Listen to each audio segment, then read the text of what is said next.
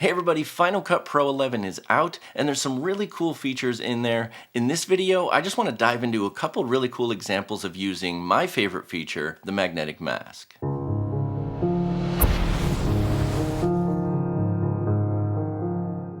So one really cool thing that we can do with the magnetic mask is we can blur out a background. So in this case, I'm in this video and the background is not using any kind of depth of field. So everything looks very flat and it doesn't appear as though there's any depth to the scene. So we can use the magnetic mask to kind of improve that and make it look better. So let me show you how to do that really quick. Okay, so now we're over here in Final Cut Pro 11 now, and it's really easy to actually do this blur effect on the background using the magnetic mask. So I've just got a clip here that I'm actually using that is a clip from the video that I'm creating right now. How very meta of you.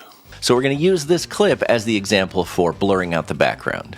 And so the first thing we want to do is duplicate this layer. So I'll do that by holding down the Option key, and then I will just drag on that and pull up. And so that'll give me a copy or a duplicate of that clip. Now there's a couple of ways that we can add the magnetic mask. We can go up to the wand up here and we can click on Add Magnetic Mask, or you can go over to your effects and you can scroll down over here to find masks and keying, and then you can find magnetic mask in here. So if you just grab a hold of this and you drop it onto the clip you want, and so what I want to do is I want to make me, this person right here, the mask, right? I want to click on that to select kind of an initial mask, and that's actually going to be pretty good, but there's going to be some mistakes in here. And now we can either add or subtract to the mask as we want. So if we want to add, we just keep it so that that little plus symbol is next to the icon here. And if we want to subtract, we're going to hold down the Option key and we're going to get a minus sign.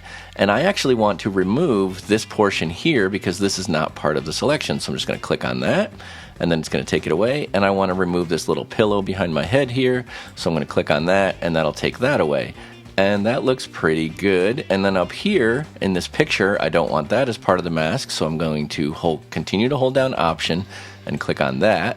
And so that gets rid of that selection in the mask, and now it's looking pretty good. Now I've basically selected just me here. And then you can go over here to the mask and you can refine this. You can feather it in or out a little bit. So if you just kind of click on it, and I'll go extreme for a minute, if you feather it way out, it'll select outside of the line. If you feather it in, it'll select inside. So I kind of want to just find like the happy medium here where I can be selecting just me. And we'll go with that, but we can adjust that later. So now that you have the actual mask selected, we have to analyze this mask. So all we have to do is go up here and click Analyze. Now I'm using an older Mac here, and this Mac has been good to me. I've had it for many years, but it is an older Mac. It is not an M series Mac. It is actually an old MacBook Pro from 2019, and it does not have an M series processor in it. It has an Intel Core, and so the actual processing or analysis of this is going to be slower for me. Now, I say that so that anybody who's using an older MacBook understands that you're going to see on YouTube, you're going to see videos where they say that this is a super fast process. And with an M series Mac, it is. It will go through this quickly. It'll do the analysis very fast. With an older Mac like I have here, it's a little bit slower. It's not like terribly slower. You'll be okay. It just takes longer. So I'm just going to speed up the video here so that we can kind of get through this process, but you can see how the analysis goes to actually create this mask.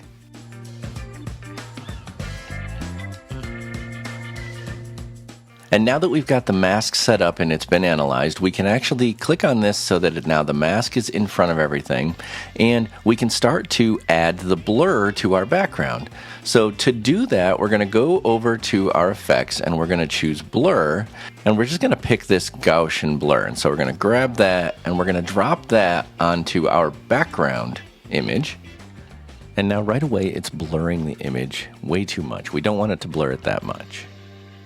And you can also see we kind of have some edges here that are not really looking good either. So we're going to want to fix that. Now if we go back over to our top layer here and we go to our mask, we can mess with that feathering a little bit to kind of improve the way that looks. So I'm going to take the feathering and I'm going to kind of go into the negative here and just see how this looks. So let's just kind of work our way backwards a little bit and see what we get.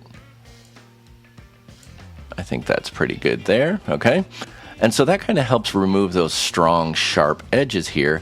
And now we just need to kind of take our blur and we need to reduce that a little bit because the blur is a little bit too intense. If you were to actually have depth of field on your camera that you were using, it's not going to be that intense of a blur. So let's adjust that blur a little bit. We'll go up to the amount and we'll just kind of decrease that.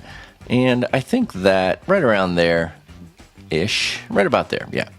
So that seems like a pretty good amount of blur in the background and still allowing the foreground to be visible. And since we feathered the mask a little bit so it kind of gets rid of those rough edges and we reduced the blur, now it looks really nice. And if we were to go through and just kind of scrub through this, it looks like now we have that depth of field that we're looking for in the background. And we were very easily able to do that using the magnetic mask. So being able to blur out the background like that and kind of add some depth to your scene is a really cool use for the magnetic mask. However, there's lots of other ways that we can use this. So let me just show you one more really cool thing that we can do with the magnetic mask. Now the next effect is just something really cool that you can do with this magnetic mask, and it's that ability to add text behind your character.